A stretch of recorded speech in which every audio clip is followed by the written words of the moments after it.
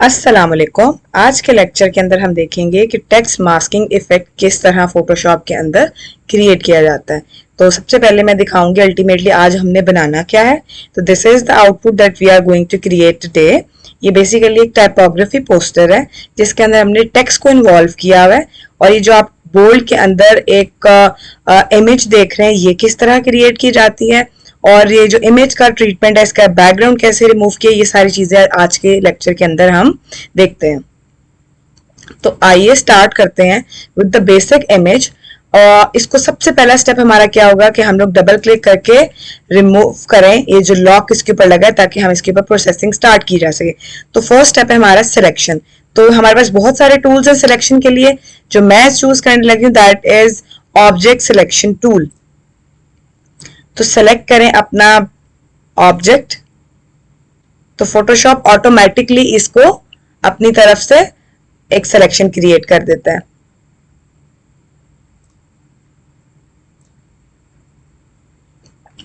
और साथ ही आप यहां के ऊपर नीचे अगर आए तो नीचे एक लेयर बनी हुई है जिसको आप मास्किंग कहते हैं। मैंने जैसे ही मास्किंग क्रिएट की है तो एक लेयर मास्क ऐड हो गया है इस पिक्चर के ऊपर और जो सिलेक्टेड पार्ट है वो हमें सिर्फ विजिबल हो रहा है। तो गर्ल ये जो थी ये हम लोगों ने पूरे बैकग्राउंड के अंदर से रिमूव कर लिए।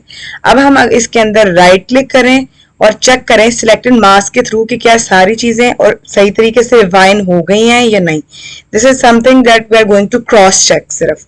तो सिलेक्टेड मास्क पे क्लिक किया, जूम करके देखते हैं तो हेयर्स के साइडों से भी काफी हद तक चीजें क्लीन हुई हुई हैं। तो जस्ट हिट ओके। और otherwise this is a second brush जिसको आप रिफाइन एज कहते हैं और कॉर्नर्स के ऊपर आप लोग फेरते जाएं तो ये क्या करेगा आपके जितने भी एजेस हैं उनको बिल्कुल रिफाइन कर देगा और जो हेयर्स हैं उनके अंदर से भी बहुत सारा कलर जो है वो रिमूव करके एक सॉफ्ट एजेस आपको प्रोवाइड करेगा। तो हम लोगों ने ओके कर दिए। दिस इज समथिंग जो हम लोगों ने क्रिएट कर लिए। तो सेकंड स्टेप हम लोग क्या करेंगे, नीचे से आके एक प्लस के ऊपर क्लिक करेंगे, न्यू लेयर क्रिएट करेंगे। न्यू लेयर के अंदर यहाँ पर हमारे पास व्हाइट कलर आ रहा है बैकग्राउंड के अंदर, फोरग्राउंड के अंदर सॉरी बैकग्राउंड कलर आ रहा है। ऑल्ट प्लस डिलीट के साथ हम लोगों ने इसको फिल कर दिया। अब इसको लेयर 1 को पकड़ के हम लोग नीचे ड्रैग कर देंगे। ये हमारा एक बैकग्राउंड बन जाएगा इमेज का। तो अब मैं क्या करती हूँ, मैं इसको लॉक लगा देती हूँ। मैं नहीं चाहती मेरा बैकग्राउंड मूव करे। अब मैं ये इमेज को पकड़ती हूँ, साइड के ऊपर सेट कर देती हूँ जिस तरह मुझे चाहिए।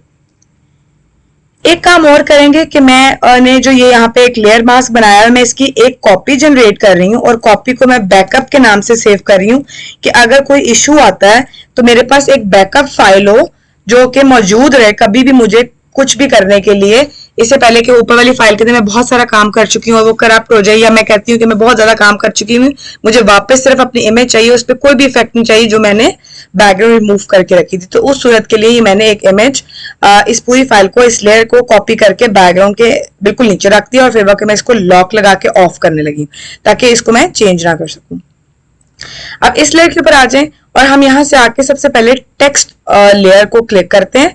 मैं यहां पर वर्टिकल टेक्स्ट लिखना चाह रही हूं तो click vertical text tool click करेंगे और हम सबसे पहले लिखना चाह रहे हैं text bold, BOLD bold, right. Control A से सारे चीजों को सिलेक्ट करें और ये व्हाइट कलर जो आ रहा है इसको ब्लैक के अंदर कन्वर्ट करें। बिल्कुल उसी तरह जैसे हम इमेज को बड़ा करना हो तो कंट्रोल T करके ट्रांसफॉर्म पैनल से उसका साइज को एडजस्ट कर सकते हैं। इस तरह हम टेक्स्ट के अंदर भी यही काम करें। कंट्रोल T प्रेस करें, कंट्रोल T और शिफ्ट के साथ आप इसका साइज को इंक्रीज करें। अब मैं चाहती हूं कि मैं इसकी प्रॉपर्टीज को चेंज करूं और जो फॉन्ट है वो चेंज करूं। तो हम लोगों ने क्या करना है, हमेशा टेक्स्ट को सिलेक्ट करें, डबल क्लिक करें और जैसे ये ब्लैक कलर आ जाए तो इसके बाद यहां पर आके जो फॉन्ट मैं यूज करने वाली हूं जो डिस्क्रिप्शन बॉक्स के अंदर भी ऐड कर दिए that is the bold font. तो इसको क्लिक करें। I guess the size is appropriate है बिल्कुल। मैं चाहती हूँ जो B और O के दरमियान के अंदर स्पेसिंग है वो थोड़ी सी कम हो जाए। तो ये जो VA लिखा हुआ है इसको आप जैसे जैसे कम करते जाएंगे इनकी स्पेसिंग बिटवीन टू लेटर्स कम होती जा रही है। अब दोबारा इसको कंट्रोल T करें, और जितना मुझे लगता है कि मुझे सेट करना है मैं उसके ऊपर सेट कर लेती हूँ। तो I guess this composition is fine, just hit okay. तो आपका टेक्स्ट इज रेडी। अब हम क्या करेंगे कि वापस इस लेयर के अंदर आए और आपकी जो मास्क लेयर है उसको एक्टिव करें, इसको क्लिक करें। जैसे ही इसके ऊपर साइडों के ऊपर 4 क्रॉप मार्क आ रहे हैं, इसका मतलब है कि अब ये लेयर एक्टिवेट हो गई है। कंट्रोल प्रेस करें इस लेयर के अंदर और साथ ही टेक्स्ट के ऊपर जो टी लिखा हुआ है यहां पर क्लिक करें। तो आपका बेसिकली बोल्ड जो कैरेक्टर है वो सारे का सारा सिलेक्ट हो गया। उसके बाद आप सिलेक्ट पैनल में जाए, मॉडिफाई में जाए, एक्सपैंड को क्लिक करें। अच्छा, एक्सपैंड करने का क्या मतलब है, मैं चाहती हूँ कि ये बाउंड्री जो बोल्ड लिखा हुआ है ये थोड़ा सा एक्सपैंड होके मुझे एक आउटलाइन क्रिएट करे और उसके बाद हम लोग उसको एरिया को बिल्कुल क्लीन कर दें। तो मिनिमम वैल्यू जो हम लोग यूज करते हैं वो 10 to 15 होती है, लेकिन राइट एट अ मोमेंट कि मुझे चाहिए ज्यादा मार्जिन चाहिए, तो मैं यहाँ पर 18 लिख रही हूँ और ओके कर रही हूँ। अब मैं अगर आपको जूम करके दिखाऊं तो आप ये देखोगे कि जो बोल्ड लिखा हुआ है इसके साइडों के अंदर छोटी छोटी स्पेसिंग ऐड होगी और एक आउटलाइन क्रिएट होगी इनसाइड भी और आउटसाइड के अंदर भी। अब हम क्या करते हैं, इसी लेयर के अंदर रहते हुए ऑल्ट बैक स्पेस अगर क्लिक करूं तो हुआ क्या है कि इस टाइम के अंदर सारे व्हाइट कलर के मार्जिन ऐड कर दिए हैं। तो ये बिल्कुल भी एग्जैक्ट यही आउटपुट मुझे चाहिए था। ठीक हो गया। कंट्रोल डी से डी सिलेक्ट करते हैं। एक काम और कर सकते हैं हम लोग, अगर हम चाहते हैं तो इसी लेयर मास्क के अंदर रहते हुए इसी ब्लैक कलर को चूज किए हुए ब्रश पकड़ें, उसकी मेक श्योर करें कि उसकी हार्डनेस बिल्कुल 100% हो। साइज ऑफ ब्रश चूज कर लें, जितना भी चूज करना है आपको। एरो के साथ आप अपने ब्रश के साइजेस को इंक्रीज या डिक्रीज कर सकते हैं। तो मैं सॉरी, इसका ब्रश का साइज 5000 हो गया, तो ये बहुत ज्यादा बड़ा हो गया, इसलिए मेरे सारी चीजों को रिमूव कर दिया। तो मैं इस सारे के सेंटर पार्ट को बिल्कुल खत्म करना चाहती हूँ। I just remove the inner part, right. इसके अलावा मैं ये रिमूव करना चाहती हूँ।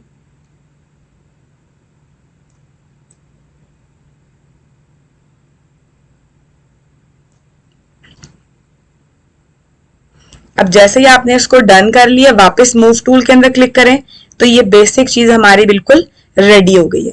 अच्छा, मैं ये चाहती हूँ कि ये बोल्ड जो है इस लेटर के अंदर मेरी पूरी की पूरी इमेज क्लिप मास्क हो जाए। ठीक हो गया। तो उसका तरीका क्या है, ये जो मेरी लेयर 0 है मैं इसको ऑल्ट के साथ कॉपी करने लगी हूँ। जैसे ही ऑल्ट प्रेस करते हैं ये डबल एरो हो जाता है और इसको लीव करें तो ये एक कॉपी जनरेट हो गई है। इसके मैं मास्क के ऊपर क्लिक करके सिर्फ डिलीट का बटन दबाने लगी तो ये पूरी की पूरी इमेज मुझे नजर आ रही है। अब मैंने अगर इसको क्लिप मास्क करना है तो मैं क्या करूंगी, लेयर को पकड़ना है और बोल्ड के ऊपर ले आए, टेक्स्ट के ऊपर ले आए। मैं चाहती हूँ कि ये जो मेरा टेक्स्ट है उसके अंदर ये वाली इमेज क्लिप मास्क हो जाए। तो आपने सिर्फ और सिर्फ ऑल्ट प्रेस करना है और जैसे ही सेंटर लाइन के ऊपर आना, कुछ भी क्लिक नहीं करना। ऑल्ट के साथ जैसे ही सेंटर लाइन के ऊपर आते हैं तो आपको ये एरो से नजर आने लग गया। जैसे ही एरो नजर आए, क्लिक करें माउस का, तो आपके पास सारी की सारी इमेज किसके अंदर आ गई है, टेक्स्ट के अंदर आ गई है और जो साइड पे वाइट मार्जिन है वो भी हमें नजर आ रहे हैं। अब मैं चाहती हूँ कि मैं थोड़ी सी अपनी इमेज को इनहांस करूं, इसके कलर्स को बेहतर करूं। तो मैं क्या करूंगी कि मैं इसी लेयर के अंदर रहते हुए नीचे इफेक्ट्स के अंदर आऊंगी, एडजस्टमेंट पैनल के अंदर आऊंगी और वाइब्रेंस को क्लिक करूंगी। जैसे वाइब्रेंस को क्लिक करें, यहाँ पे नीचे जो एरो आपको नजर आ रहा है इसको मेक श्योर करें कि इसको चेक करें, नहीं तो आप जैसे ही वाइब्रेंस की वैल्यू को चेंज करेंगे तो जितना भी इफेक्ट है वो सारे के सारी लेयर्स के ऊपर लगेगा। अब क्या होगा, इस सिनेरियो के अंदर जैसे आप इसको क्लिक कर लेते हैं तो वो ये कहते हैं ये इफेक्ट सिर्फ और सिर्फ क्लिप मास्क होकर लेयर 0 कॉपी के अंदर लगेगा। तो यही हम फिल वक्त चाहते हैं। वाइब्रेंस की वैल्यू जैसे आप इंक्रीज करें तो आप देख रहे हैं कि उसके कलर्स बड़े ज्यादा डिफरेंट और बड़े ज्यादा खूबसूरत होके आपको नजर आ रहे हैं। आज के लिए अभी तक हमने ये इफेक्ट क्रिएट कर लिया। अब हम बेसिक टेक्स्ट लिखते हैं जो हम लोगों ने सैंपल इमेज शुरू में दिखाई थी, वहीं से कॉपी पेस्ट करेंगे। अब हम लोग टेक्स्ट के अंदर आके हॉरिजॉन्टल टेक्स्ट टाइप क्लिक करेंगे। सिंपल मैंने क्लिक किया, मैं वापस अपनी दूसरी फाइल के अंदर जा रही हूँ। आप इस टाइम कुछ भी इंटरनेट से फॉन्ट खुद से भी ले सकते हैं, जो लिखना चाह रहे हैं इसके अंदर लाके लिख दें। ठीक हो गया।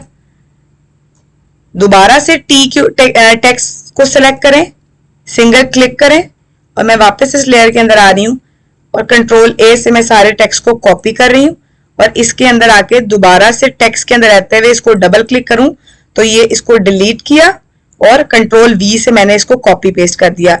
मूव टूल में गई हूं और इन दोनों को पकड़ के इसको सेट कर दिया। ठीक हो गया।